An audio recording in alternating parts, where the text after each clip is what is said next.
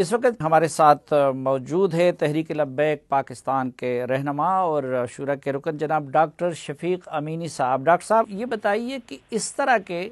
واقعات کا ذمہ دار کون ہے اور تدارک کیسے ہو سکتا ہے؟ سب سے پہلے تو واقعی جو واقعہ ہوا ہے انتہائی قابل مذمت ہے، اور جس کی ہمارے تحریک سمیت تقریباً جتنے بھی پاکستان میں مسلمان رہتے ہیں ان کا یہی موقف ہے کہ ان کی جامع اور مکمل تحقیقات ہونی چاہیے۔ آپ نے بات کی کہ ذمہ دار کون ہے اور اس کا تدارک کیسے ہونا چاہیے، تو سب سے پہلے تو یہ ہے کہ ہمارے جو ریاستی ادارے ہیں، جو ہمارے جو عدلیہ ہے، اور پاکستان میں جو سزا اور جزا کا قانون ہے وہ اتنا ناقص ہے کہ لوگوں کا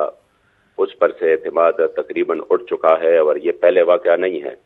اس سے پہلے بھی ایسے واقع ہوئے ہیں کہ جس پر ہجوم کے ہاتھوں اس طرح کے قتل ہوئے ہیں، اور جس میں ابھی ریسنٹلی یعنی قریب کے دنوں میں کراچی میں، آنچار سدہ میں، ادھر قریب ہجوم کے ہاتھوں صرف ڈاکو کو کسی نے چوری کی ہے تو ان کو بھی قتل کر دیا گیا ہے، یا ان کو اپنے طور پر کافی سزا دی گئی ہے، جس کی سب سے جو ہمارے سامنے آ جاتا ہے واضح طور پہ تو وہ یہ ہے کہ لوگوں کا اس نظام سے اعتماد اٹھ چکا ہے۔ ان کو پتہ ہے کہ اگر ہم اس ملزم کو ان کے حوالے کر دیں تو ان کو ایک تحفظ مل جائے گا اور ان کو سزا نہیں ملے گی، جس کی وجہ سے تقریباً اس طرح کے واقعات رونما ہو رہے ہیں۔ لیکن جو ہمارے لیے المیہ ہے وہ یہ ہے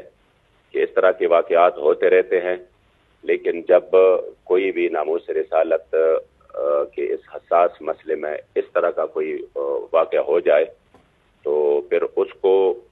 اور طریقے سے لیا جاتا ہے۔ جو عام طور پر ایسے واقعات ہوتے ہیں اس کو اور طریقے سے ہونا تو یہی چاہیے تھا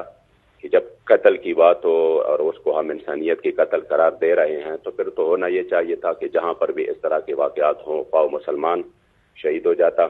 خواہ وہ کوئی بھی مظلوم شہید ہو جاتا، یا وہ کوئی بھی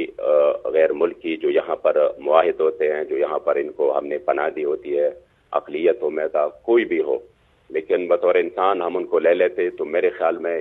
ان واقعات کا تدارک جو تھا وہ ہو سکتا تھا۔ اس طرح 2013 میں راول پنڈی سانحہ راجہ بازار میں اس طرح ہجوم کے ہاتھوں نمازی شہید ہو گئے، اور وہ مسجد کے اندر شہید ہو گئے۔ اس واقعہ میں بھی تقریباً 110 افراد گرفتار ہو گئے، تحقیقات بھی ہو گئی، سب کچھ ہوا، لیکن سزا کسی کو بھی نہیں ہوئی۔ تو اس طرح کے واقعات کا تدارک تو تب ہو سکتا ہے کہ جب حکومت اپنی عملداری کو صحیح بنائے اور وہ جو بھی ان کام میں ملوث ان کو سزا مل جائے، اور پھر اپنی طور پہ جو مجرم اگر ہے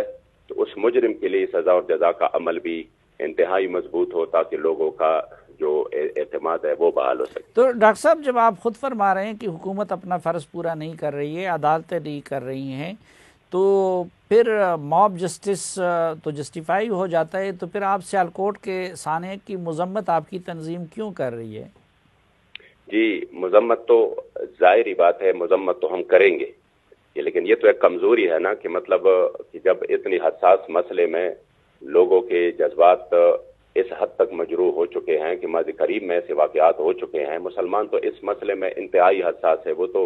حضور کی عزت و ناموس کی بات ہو تو بالکل ان کو پھر کنٹرول کرنا نہ ہماری بس کی بات ہے، نہ آپ کی بس کی بات ہے، نہ کسی اور کی۔ اس کے لیے تو ماحول بنانا پڑے گا کہ لوگوں کے اعتماد ماضی قریب میں اسی مسائل میں جو